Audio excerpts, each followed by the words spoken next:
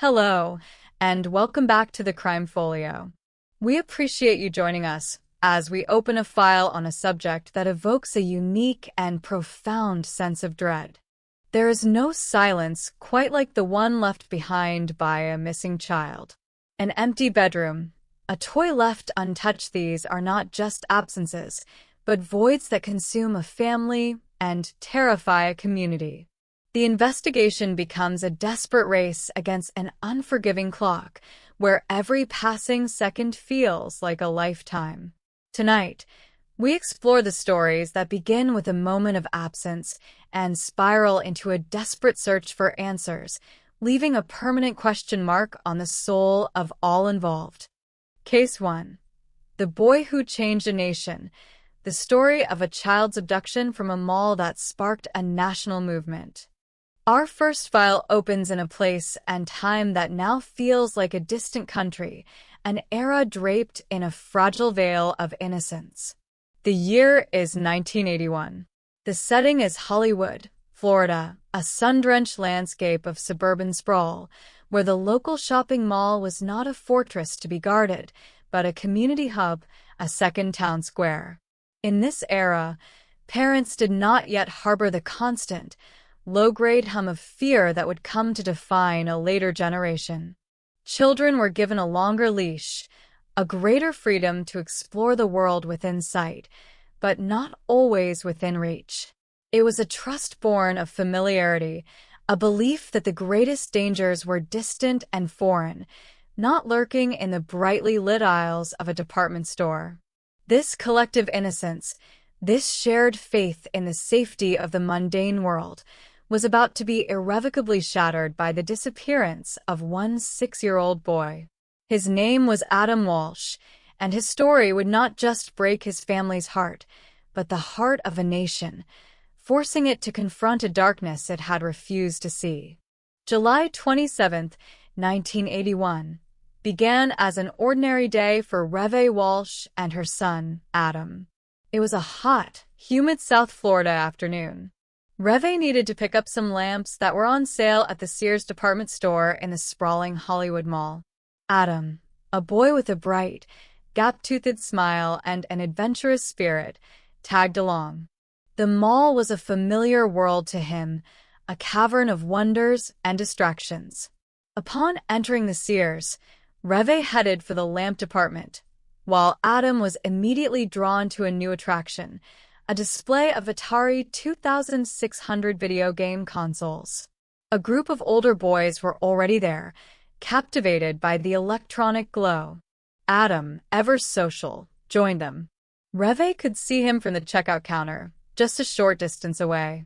She was in line, dealing with a clerk who was having trouble locating the lamps she wanted. The process dragged on. For a few minutes, she took her eyes off her son, confident he was safe and occupied, just a stone's throw away. In those few minutes, a series of small, seemingly inconsequential events conspired to create a tragedy. A teenage security guard, tasked with keeping the video game display clear, approached the group of boys. He told them they had been there long enough and ordered them to leave. The older boys dispersed. Adam, small and compliant, was left standing alone. The security guard, his task complete, walked away. He did not know who Adam belonged to, nor did he make an effort to find out. When Reve finished her transaction and turned back to the spot where her son had been, he was gone. The initial flicker of annoyance quickly morphed into a rising tide of panic. She called his name. No answer. She walked the aisles, her calls growing more frantic. She checked the toy department, then the other entrances. The vast, impersonal space of the department store, once a place of mundane commerce, had transformed into a labyrinth of terror. A void had opened where her child should have been. She alerted store security, but the initial response was colored by the era's casual attitude. A child had wandered off. He would turn up. A perfunctory page was made over the store's intercom system. But as the minutes stretched into an hour, the horrifying truth began to dawn. Adam Walsh was not lost. He had vanished. The Hollywood Police Department was called, but their initial response was also tragically routine. They treated it as a case of a lost child, not a potential abduction. The mall was not sealed off. The exits were not monitored. The crime scene, if there was one, was allowed to be contaminated by the ceaseless flow of shoppers. Hours of critical time were lost, hours in which a predator could have put miles between himself and his victim. When Adam's father, John Walsh, arrived, the situation escalated. John was a successful hotel developer, a man of action and influence. He refused to accept the passive approach of the authorities. He understood immediately that this was not a simple case of a lost boy. He launched what would become one of the most intense and high-profile searches in American history. He used his connections and resources to turn his personal nightmare into a public crusade. He held press conferences, his face etched with a grief and determination that was raw and relatable. He pleaded with the public, with the media, with anyone who would listen, to help him find his son. The face of Adam Walsh, smiling and innocent, was suddenly everywhere in television screens, on milk cartons, on posters plastered across the state. The community responded with an unprecedented outpouring of support. Hundreds of volunteers joined the search, combing through canals, wooded areas, and abandoned buildings. The Walsh home became a command center, a chaotic hub of ringing phones and frantic activity. Yet, despite the massive effort, there were no credible leads. The days turned into a week, then two. For John and Reve Walsh, it was a waking torture, a state of suspended animation between hope and despair. Every phone call, every knock on the door, could be the news they longed for or the news they dreaded. The investigation, meanwhile, was plagued by a series of critical failures. The Hollywood Police Department, a relatively small agency, was overwhelmed by the scale and complexity of the case. Jurisdictional squabbles with other law enforcement agencies hampered coordination. Leads were not properly followed, and a crucial piece of physical evidence was catastrophically lost. A few days into the investigation, a tip led police to a drifter and carnival worker with a long criminal record. His name was Otis Toole. Witnesses had reported seeing a man matching Toole's description near the mall on the day Adam disappeared. Police located Toole's 1971 Cadillac, and inside, they found bloodstains on the carpet and a machete. The car was impounded. But in a stunning act of incompetence, the police lost the vehicle. Before a proper forensic analysis could be completed, the car was mistakenly released and sold for scrap. The bloody carpet, the single most important piece of physical evidence that might have tied a killer to the crime, was gone forever. Then, on August 10, 1981, 16 days after Adam disappeared, the search came to its horrifying end. Two fishermen were exploring a remote canal in Vero Beach, about 120 miles north of Hollywood. They saw something in the shallow water. It was the severed head of a small child. Dental records confirmed the unthinkable. It was Adam Walsh. The rest of his body was never found. The flicker of hope that had sustained the Walsh family and the community was extinguished in the most brutal way imaginable. The search for a missing boy was now a homicide investigation. The focus of the investigation immediately returned to Otis Toole. Toole was a part of a terrifying duo of drifters, along with his associate, Henry Lee Lucas. Together, they were suspected of a string of murders across the country. Toole was a deeply disturbed and unreliable individual, a pathological liar who seemed to revel in the attention his crimes brought him. When questioned about Adam Walsh, he confessed. He provided a detailed account of how he had lured Adam from the mall with promises of candy and toys, driven him to a remote location, and murdered him. It seemed like the case was solved. But just as quickly, Toole recanted his confession. Then he would confess again, only to recant it once more. This cycle of confession and recantation went on for years. He would provide details that only the killer could know, then claim he had made it all up. His stories were inconsistent, his motives unclear. Without the lost physical evidence from his car, and with no body to provide further clues, prosecutors felt they could not build a case against him that would stand up in court. The unreliability of their star witness, the killer himself, made a conviction seem impossible. The case against Otis Toole, the man everyone believed was responsible, stalled. For John and Reve Walsh, this was an unbearable injustice. Not only had they lost their son in the most horrific way, but his killer was walking free, a ghost taunting them from the fringes of the justice system. It was in this crucible of grief and frustration that a new purpose was forged. John Walsh realized that the system designed to protect children was fundamentally broken. The lack of coordination between law enforcement agencies, the absence of a centralized database for missing persons, the casual dismissal of the initial report, all of these failures had contributed to his son's death and his killer's freedom. He and Reve decided that Adam's life would not be a meaningless tragedy. It would be a catalyst for change. They became tireless, formidable advocates for victims' rights. They channeled their grief into a powerful political force. In 1982, just 1 year after Adam's death, their lobbying efforts led to the passage of the Missing Children Act, which mandated the entry of missing child data into the FBI's National Crime Information Center, NCIC, database. This was a revolutionary step, creating for the first time a nationwide network to track and find missing children. In 1984, they helped found the National Center for Missing and Exploited Children, NCMEC, a nonprofit organization that serves as a central clearinghouse for information and resources. NCMEC provides a 24-hour hotline, assists law enforcement with cases, and offers support to families of the missing. It has since assisted in the recovery of hundreds of thousands of children.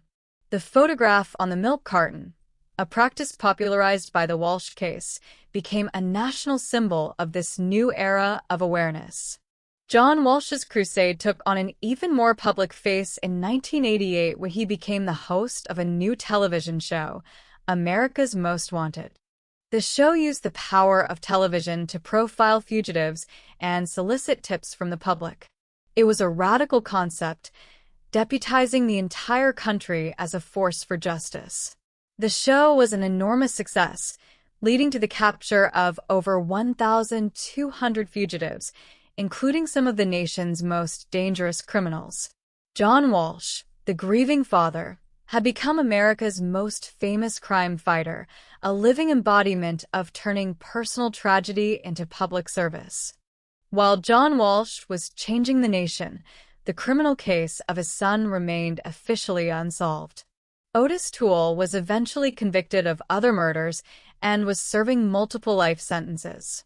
He died in prison of liver failure in 1996, taking any final, definitive truth about Adam's murder with him to the grave. For years, the file remained open, a persistent source of pain for the Walsh family and a black eye for the Hollywood Police Department. Finally, in 2008, 27 years after Adam's disappearance, the police department held a press conference. With a new police chief at the helm, they announced that they were officially closing the case. They named Otis Toole as the murderer. They admitted that mistakes had been made, that evidence had been lost, but they stated that a review of the entire case file left them with no doubt that Toole was the killer. It was not a conviction, but it was an answer. It was a final, official acknowledgement of the truth that had been known, but unproven, for decades. The legacy of Adam Walsh is profound and multifaceted. He is remembered not just as the little boy who was stolen from a Sears, but as the boy who woke up a nation. His case marked the definitive end of an era of American innocence. It fundamentally altered the landscape of parenting, introducing a new level of vigilance and fear into the simple act of taking a child to a public place. It exposed the deep flaws in law enforcement's response to missing children and forced a revolution in policy and technology. The name Adam Walsh is now synonymous with the laws and organizations that protect children in his memory. His tragic death, a story of unimaginable personal loss, became a powerful, enduring force for good, ensuring that future generations of children would be safer and future families would never have to endure the same agonizing, unsupported search that his parents were forced to undertake. Case 2. The Girl in the Holiday Photograph, an investigation into the baffling disappearance of a 3-year-old from a Portuguese resort. From the tragedy that redefined a nation's approach to child safety, we now travel across the Atlantic to a case that would become one of the most heavily reported, intensely scrutinized, and profoundly mystifying missing persons cases in modern history. This is a story that did not unfold in a busy department store, but in the supposed sanctuary of a holiday resort. It's a case defined not by a lack of evidence, but by a deluge of confusing torrent of sightings, theories, and suspects that have led investigators and the public down 1,000 dead ends. It is a story that highlights the unique complexities of an investigation in a foreign land, the clash of cultures and legal systems, and the merciless glare of a global media spotlight. This is the story of a little girl with a distinctive mark in her eye, whose face became known to the world after she vanished from her bed. This is the disappearance of Madeleine McCann. In late April 2007, Jerry and Kate McCann, two successful physicians from Rothley, England, arrived in the picturesque resort town of Praia da Luz, in Portugal's Algarve region. They were on holiday with their 3 young children, 3-year-old Madeleine and 2-year-old twins, Sean and Amelie. They were part of a larger group of friends, all with young children, who came to be known as the Tapas 7. They were staying in a ground-floor apartment, 5A, at the Ocean Club Resort, a popular destination for British families. The week was filled with the easy rhythms of a beach vacation, swimming, playing tennis, and enjoying the warm evenings.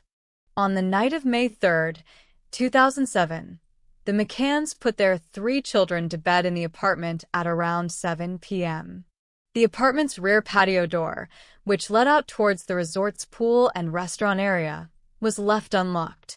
At around 8:30 p.m., Kate and Jerry McCann joined their friends for dinner at the resort's tapas restaurant, located just 50 meters away. From their table, they had a partial, intermittent view of their apartment block. It was a comfortable, seemingly safe environment. Throughout the evening, the parents in the group took turns checking on their respective children. Jerry McCann did a check at around 9:05 p.m. He entered the children's bedroom and saw all 3 of them sleeping soundly. He noticed that the bedroom door was open wider than they had left it, but he thought little of it at the time, closing it slightly before he left.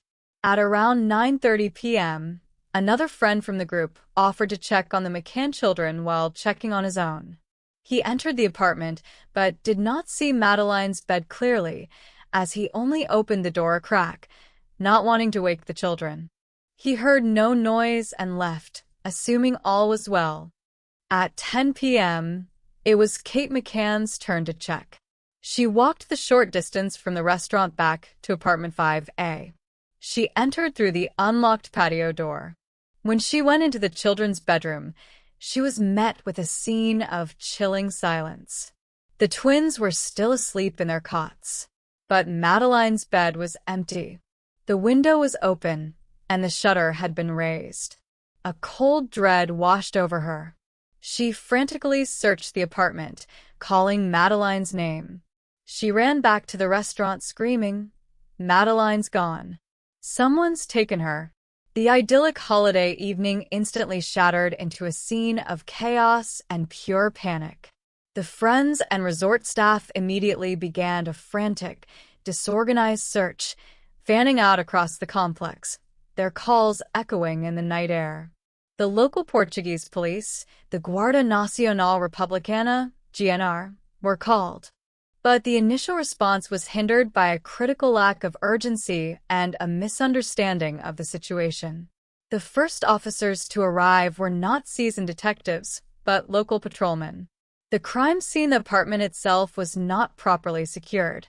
Dozens of people, including the McCanns, their friends, and resort staff, had tramped in and out, hopelessly contaminating any potential forensic evidence. This failure to preserve the integrity of the scene in the first crucial hours would haunt the investigation for years to come. The investigation was soon taken over by Portugal's investigative police force, the Polícia Judiciária, PJ, led by a senior detective named Goncalo Amaral. The PJ's approach was starkly different from what the McCanns and the British public were used to.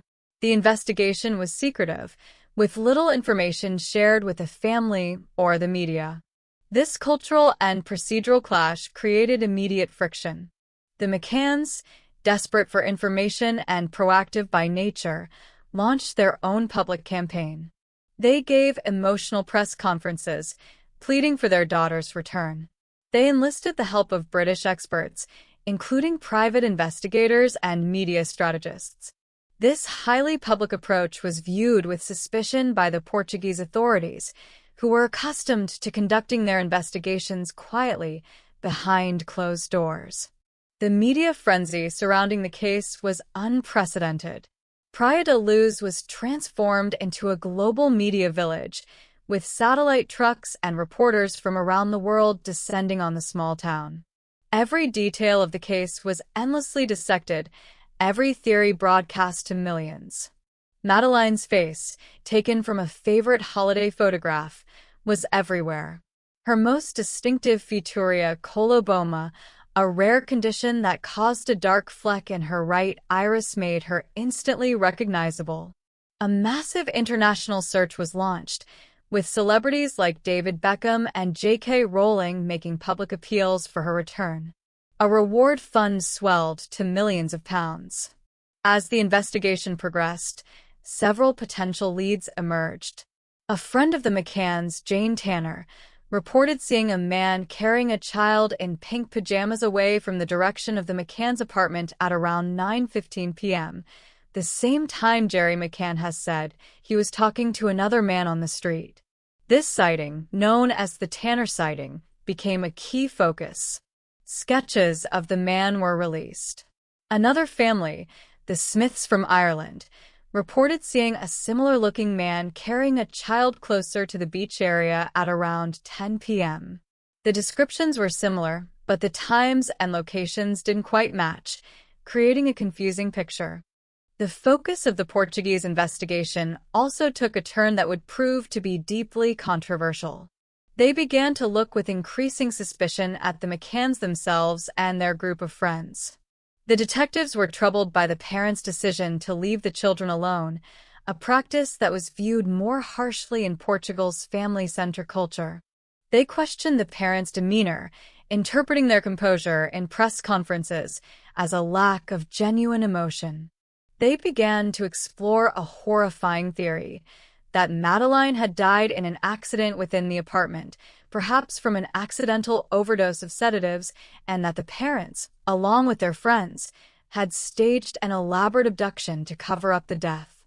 This theory was fueled by the introduction of two British sniffer dogs, Eddie and Kita, who were brought to Portugal months after the disappearance.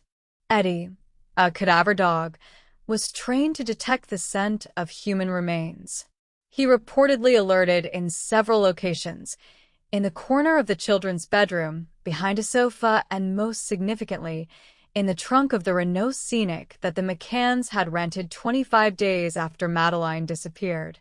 Kita, a blood dog, also alerted in the trunk of the car. Based on these dog alerts and minuscule, inconclusive DNA samples found in the car trunk, the Portuguese police took a dramatic step. In September 2007, For months after Madeline vanished, they formally named Kate and Jerry McCann as arguidos, or formal suspects, in their daughter's disappearance.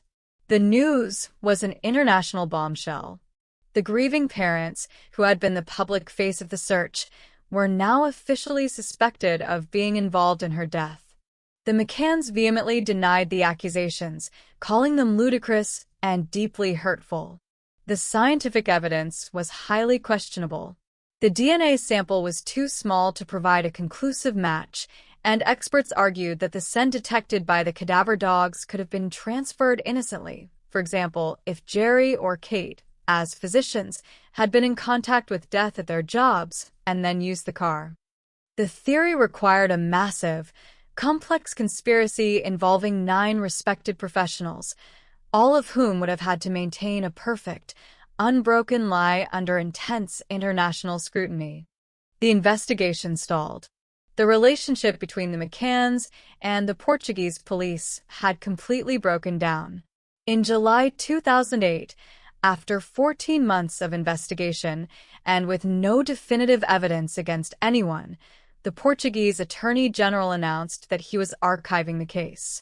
The arguido status of the McCanns and their friend, Robert Murad, another early suspect, was lifted. Officially, the case was closed, leaving Madeline's fate in a state of unresolved limbo. But the McCanns never gave up. They hired their own team of private investigators who pursued leads all over the world. They continued to use the media to keep Madeline's story in the public consciousness, marking each passing birthday and anniversary of her disappearance with a renewed appeal for information. Their persistence eventually paid off. In 2011, under pressure from the British government and the public, Scotland Yard launched its own review of the case, codenamed Operation Grange. The British investigators brought a fresh perspective and vast resources to the mystery. They re-examined thousands of pages of documents from the Portuguese investigation, re-interviewed witnesses, and used new technology to analyze old evidence. Operation Grange detectives were critical of the initial Portuguese police work, particularly the failure to secure the crime scene and the premature focus on the McCanns. They methodically ruled out the theory that the McCanns were involved, concluding there was no evidence to support it. Instead, they focused on a new theory, that Madeline had been abducted by a group of burglars who had been active in the resort area. They found that there had been a spike in burglaries in Praia da Luz in the weeks leading up to Madeline's disappearance, often targeting apartments where children were sleeping. Their theory was that the burglars had entered apartment 5A, possibly through the unlocked patio door, expecting it to be empty. They were surprised to find the children inside, and in a moment of panic, they abducted Madeline to silence her. This theory led them to a new prime suspect. In 2020, German police announced a stunning breakthrough. They identified a 43-year-old German man, a convicted child sex offender named Christian Bruckner, as their main suspect. Bruckner, who had a long and violent criminal history, had been living in a camper van in the Algarve region at the time of Madeline's disappearance. His mobile phone records placed him in the immediate vicinity of the Ocean Club Resort on the night of May 3, 2007. A call was made to his phone at 7:32 p.m. and ended at 8:02 p.m. He was living a transient life, committing burglaries in holiday resorts to fund his lifestyle. He fit the profile perfectly. German prosecutor Hans Christian Wolters stated publicly that they have evidence that Madeline is dead and they believe Bruckner is responsible, but they do not yet have enough evidence to charge him with her murder. The investigation into Christian Bruckner is ongoing. He is currently in prison in Germany for other crimes, but he has not been charged in the McCann case. He remains a man of high interest, the most promising lead in a case that has been starved of them for years. To this day, Madeline McCann has never been found. Her disappearance remains a gaping wound, a story without an end. It is a labyrinth of conflicting sightings, flawed forensic science, cultural clashes, and heartbreaking false hope. The case serves as a stark and painful lesson in the complexities of international crime, the destructive power of a media frenzy, and the critical importance of the first 48 hours of any investigation. For Kate and Jerry McCann, the search continues.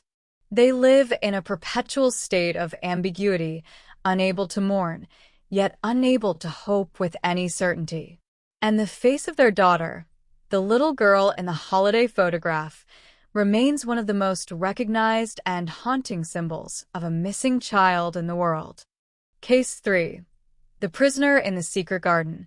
The 18-year ordeal of a girl kidnapped on her way to school and hidden in a backyard. The cases we have examined thus far are defined by absence, by the agonizing void left behind when a child vanishes. The investigation becomes a public spectacle, a race against time played out on television screens and in newspaper headlines. But there is another, perhaps more insidious, type of missing child case. It is one where the child is not truly gone, but hidden. They are absorbed into a secret world, just feet away from the oblivious society searching for them. They are alive, but they are not living. They exist in a state of suspended animation, their identity erased, their will subjugated, their world shrunk to the size of a single room or a hidden backyard. This is the story of a girl who disappeared on her way to school and was imprisoned for nearly 2 decades, a ghost living in the shadow of her own community. This is the incredible, horrifying, and ultimately triumphant story of J.C. Dugard. On the morning of June 10, 1991, in the quiet community of South Lake Tahoe, California, 10-year-old J.C. Dugard was walking to her school bus stop. It was a route she walked every day. She was a happy, carefree child, known for her love of animals. On this particular morning, her stepfather, Carl Probin, was watching her from the house. He saw a gray sedan pull up alongside J.C. A man got out, and a hand reached from inside the car, zapping J.C. with a stun gun. The man then bundled the stunned and terrified child into the back of the car, and it sped away. Carl Probin witnessed the entire abduction. He jumped on his mountain bike and tried to give chase, but the car was too fast. He was helpless. He was the only witness to the moment his stepdaughter was erased from the world. The El Dorado County Sheriff's Department responded immediately. An all-points bulletin was issued for the gray sedan.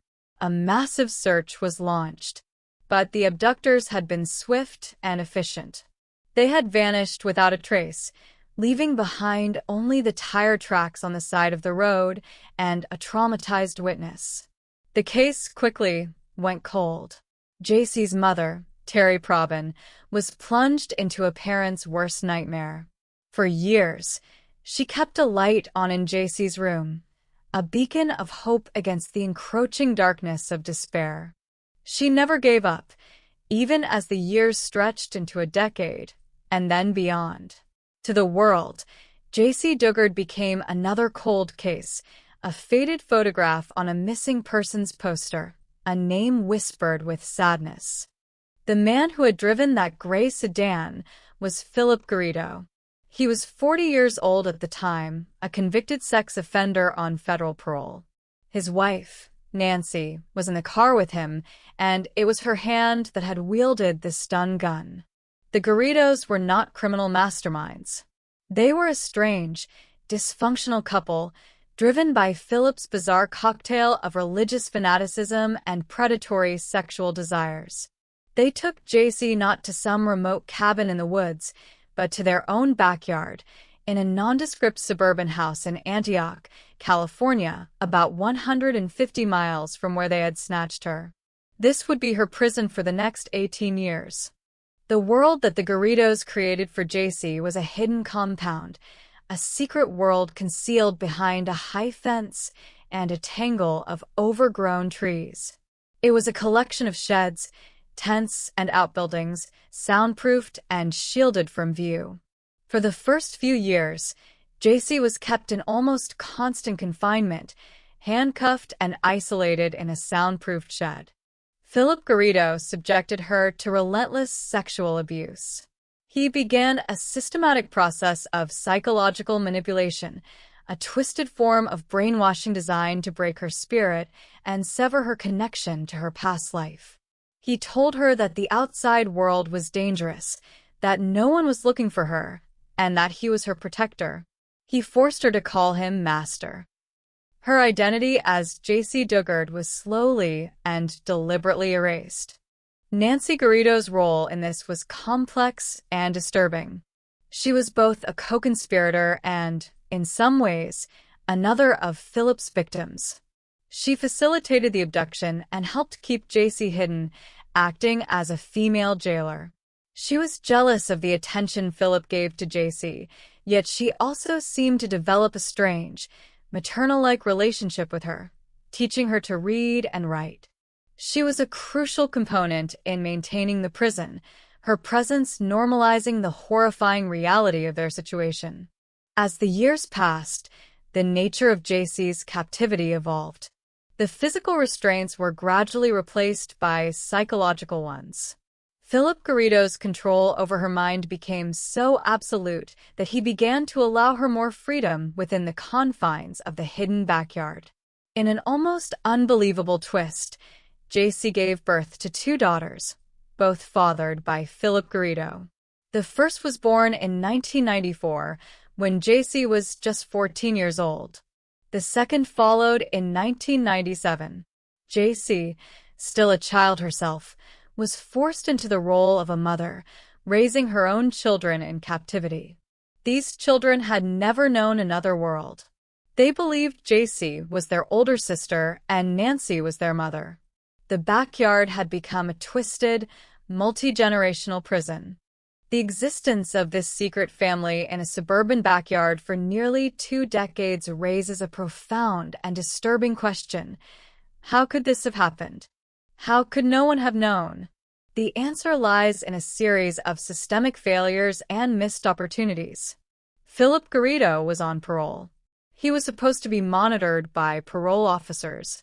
His parole officer did visit his home on several occasions, but he never conducted a thorough search of the property. He never ventured into the backyard, never looked inside the sheds where J.C. and her children were living. The high fence and the overgrown foliage were enough of a deterrent. Garrido was a registered sex offender, yet the system designed to track and monitor him failed catastrophically. The secret was hidden in plain sight, protected by a veneer of suburban normalcy and bureaucratic incompetence. As J.C. entered adulthood, Garrido's confidence in his control grew. He began to let her interact with the outside world, but only under his watchful eye. He gave her a new name, Alyssa, and began to involve her in his strange, fledgling printing business. He would take her and their 2 daughters on business calls. To the clients they met, they appeared to be a slightly odd but unremarkable family. Alyssa was quiet and deferential, the children well-behaved. No one suspected the horrifying truth. No one recognized the face of the little girl who had vanished from South Lake Tahoe 18 years earlier. J.C. had been given countless opportunities to escape, to cry for help. But the psychological chains were too strong. She had been conditioned to believe that her survival, and the survival of her children, depended on her obedience to Philip Garrido. The outside world was a terrifying unknown. The prison was her reality. The unraveling of this secret world began in August 2009, not with a dramatic police raid, but with a routine encounter. Philip Garrido, whose religious delusions had grown more pronounced, had begun trying to host religious events at his home.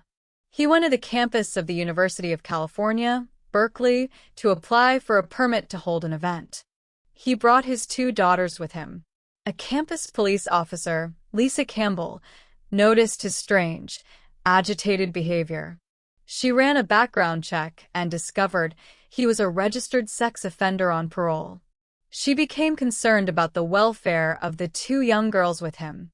She contacted Garrido's parole officer, alerting him to the fact that Garrido was in contact with children, a potential parole violation. This was the first domino to fall. The parole officer, alerted by Officer Campbell's diligence, scheduled an emergency meeting with Garrido. He ordered him to bring the two girls and the woman he called Alyssa to the parole office in Concord the next day. On August 26, 2009, Philip Garrido arrived at the parole office, accompanied by Nancy, JC, and their two daughters. In the sterile environment of the parole office, away from the familiar confines of the backyard prison, the facade began to crack. The parole officer questioned Garrido, who spun a bizarre tale about the children being his nieces. He then took JC into a separate room to question her alone.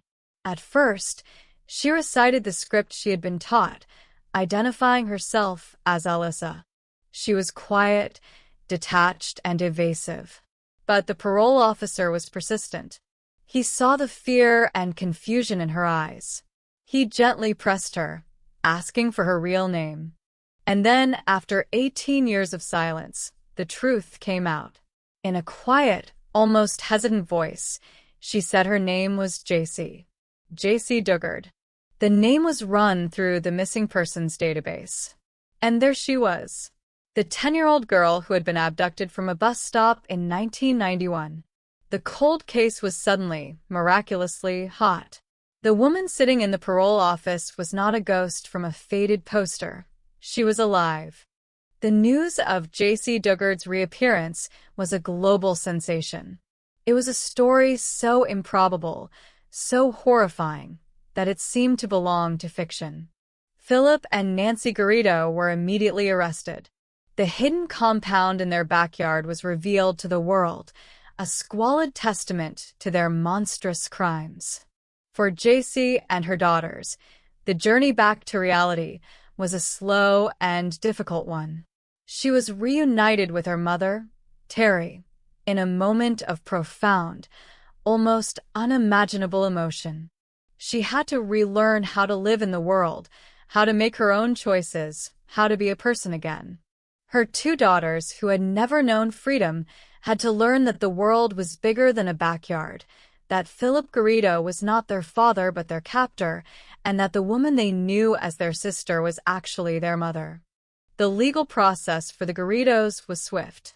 Faced with the mountain of evidence, they both pleaded guilty to avoid a trial that would have forced JC and her daughters to testify. In June 2011, Philip Garrido was sentenced to 431 years to life in prison. Nancy Garrido was sentenced to 36 years to life. The story of JC Dugard is a testament to the incredible resilience of the human spirit. She survived an ordeal that is almost beyond comprehension. Since her rescue, she has written a best-selling memoir, A Stolen Life, and founded the JYC Foundation, an organization dedicated to helping families and survivors of abduction and other trauma. She has reclaimed her identity not as a victim, but as a survivor and an advocate. Her story is a harrowing reminder that sometimes the most monstrous secrets are hidden just behind a neighbor's fence, and that the search for a missing child should never, ever end. Because sometimes, against all odds, they are found. Case 4. The Children Who Vanished in Smoke. The enduring, unsolved mystery of 5 siblings who disappeared after a mysterious house fire. The final file we open from the folio is perhaps the most enigmatic of all. It is a story that begins not with a stranger's car or a moment of inattention at a mall, but with the roar of a fire on a cold winter's night. It is a case where the line between tragedy and crime is hopelessly blurred, a mystery that has endured for more than 75 years, passed down through generations like a dark piece of American folklore. This is not the story of one missing child, but of 5, an entire family of siblings who, on Christmas Eve, appeared to vanish into smoke, leaving behind a scorched earth, a grieving family, and a constellation of questions that burn to this day. This is the enduring, confounding mystery of the Sodder children. Our story takes us to the small, coal mining town of Fayetteville, West Virginia, in the heart of Appalachia. The year is 1945. George and Jenny Sodder were Italian immigrants who had carved out a piece of the American dream. George owned a successful trucking company, and they lived in a large, two-story timber house just outside of town. They had 10 children, a bustling, lively family that was well known and respected in the community. As Christmas of 1945 approached, the Sodder home was filled with anticipation and excitement. On Christmas Eve, 9 of the 10 Sodder children were at home. The eldest 2 sons were away, serving in the military. The evening was spent in festive celebration. The younger children, excited by the new toys their older sister Marion had bought them, begged to be allowed to stay up late. Jenny agreed, on the condition that the older boys, 14-year-old Maurice and 9-year-old Louis, remembered to feed the cows and close the chicken coop before they went to bed.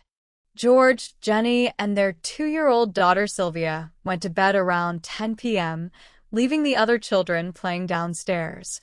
At around 12:30 a.m., Jenny was awakened by the ringing of the telephone. She went downstairs to answer it. The woman on the other end asked for a name she did not recognize. Jenny told the caller she had the wrong number and heard the sound of laughter in the background before the woman hung up. On her way back to bed, Jenny noticed that the lights were still on and the front door was unlocked. She saw her daughter Marion asleep on the living room couch. She assumed the other children who had stayed up, Maurice, Louis, Martha, 12, Jenny Jr., 8, and Betty, 5, had gone up to their attic bedroom to sleep. She turned off the lights, locked the door, and went back to bed. An hour later, at 1:30 a.m., Jenny was awakened again, this time by a loud bang on the roof, followed by the sound of something rolling down. She paid it little mind and fell back asleep. But 30 minutes later, she woke up for a third time, now to the smell of smoke. She discovered that the room George used as his office was on fire, seemingly around the telephone line and fuse box. The house was burning. A scene of pure chaos and panic erupted. Jenny, George, and 4 of their children, Marion, Sylvia, and 2 of the older boys, John, 23, who was home for the holiday, and George Jr., 16, managed to escape the inferno. They stood outside in the freezing night, frantically screaming for the 5 children who were trapped in the attic. But there was no response. The staircase leading to the attic was already engulfed in flames, a roaring column of fire. George Sodder, in a desperate, frantic attempt to save his children, tried everything.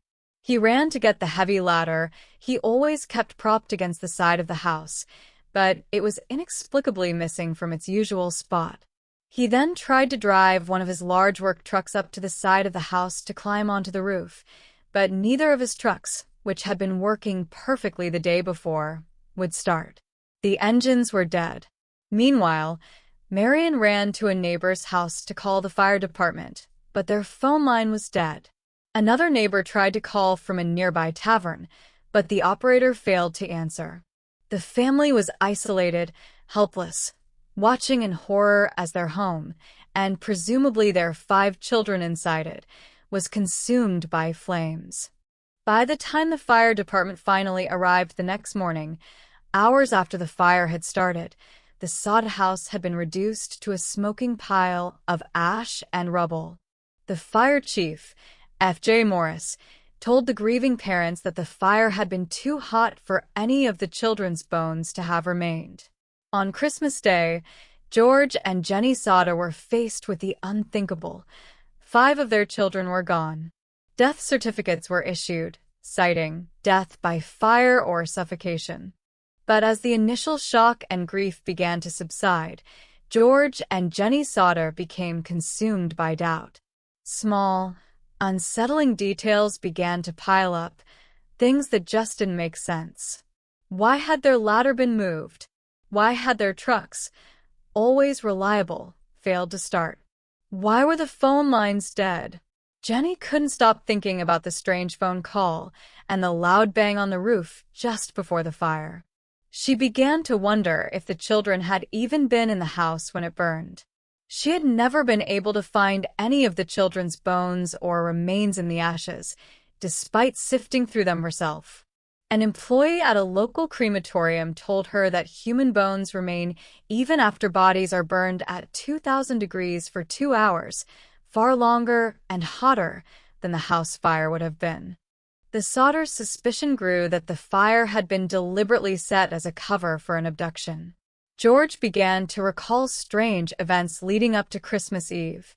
A few months earlier, a stranger had come to the house looking for work and had pointed to the fuse boxes, warning that they were going to cause a fire someday. Around the same time, another man, a traveling life insurance salesman, had become enraged when George refused to buy a policy, threatening him by saying, "Your goddamn house is going up in smoke, and your children are going to be destroyed." George also remembered his outspoken anti-Mussolini views, which were unpopular in the heavily Italian-American community of Fayetteville, and wondered if the fire was some form of retaliation from the local Sicilian mafia. The family's belief that their children were alive was bolstered by a series of strange, tantalizing, but ultimately unproven sightings. A woman who ran a tourist stop claimed to have seen the children in a car that passed by on the morning of the fire. She said she had served breakfast to the children at her establishment. A waitress at a hotel in Charleston, about 50 miles away, reported seeing 4 of the 5 children a week after the fire. She said they were with 2 men and 2 women of Italian extraction, and that they seemed to be preventing the children from speaking to her.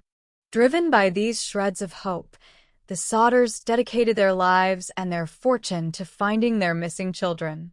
In 1947, they offered a $5,000 reward for information, which they later doubled. They hired a private investigator, a man named C.C. Tinsley, who uncovered more disturbing information. Tinsley learned that the insurance salesman who had threatened George was, in fact, on the coroner's jury that had ruled the fire an accident. He also heard a rumor that the fire chief, F.J. Morris, had found a human heart in the ashes and had secretly buried it in a metal box. When confronted, Morris led George to the spot, and they dug up the box. The heart was taken to a local funeral director, who determined it was fresh beef liver, untouched by the fire. The discovery suggested that Morris may have planted the liver to convince the Sodders their children were dead, perhaps to end their relentless questioning. The most famous and haunting piece of evidence arrived 20 years after the fire. In 1968, Jenny Sodder received an envelope in the mail, postmarked from Kentucky. Inside was a photograph of a young man in his mid-20s who bore a striking resemblance to her son Louis, who would have been around that age.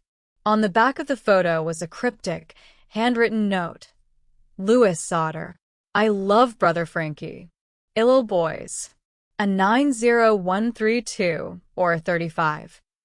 The Sodders hired another private detective to investigate the photograph, but he took their money and was never heard from again. The original photograph and envelope were lost, but the family had made copies.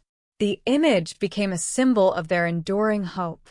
In 1952, convinced that the authorities had botched the investigation, the Sodders erected a large, prominent billboard along Route 16.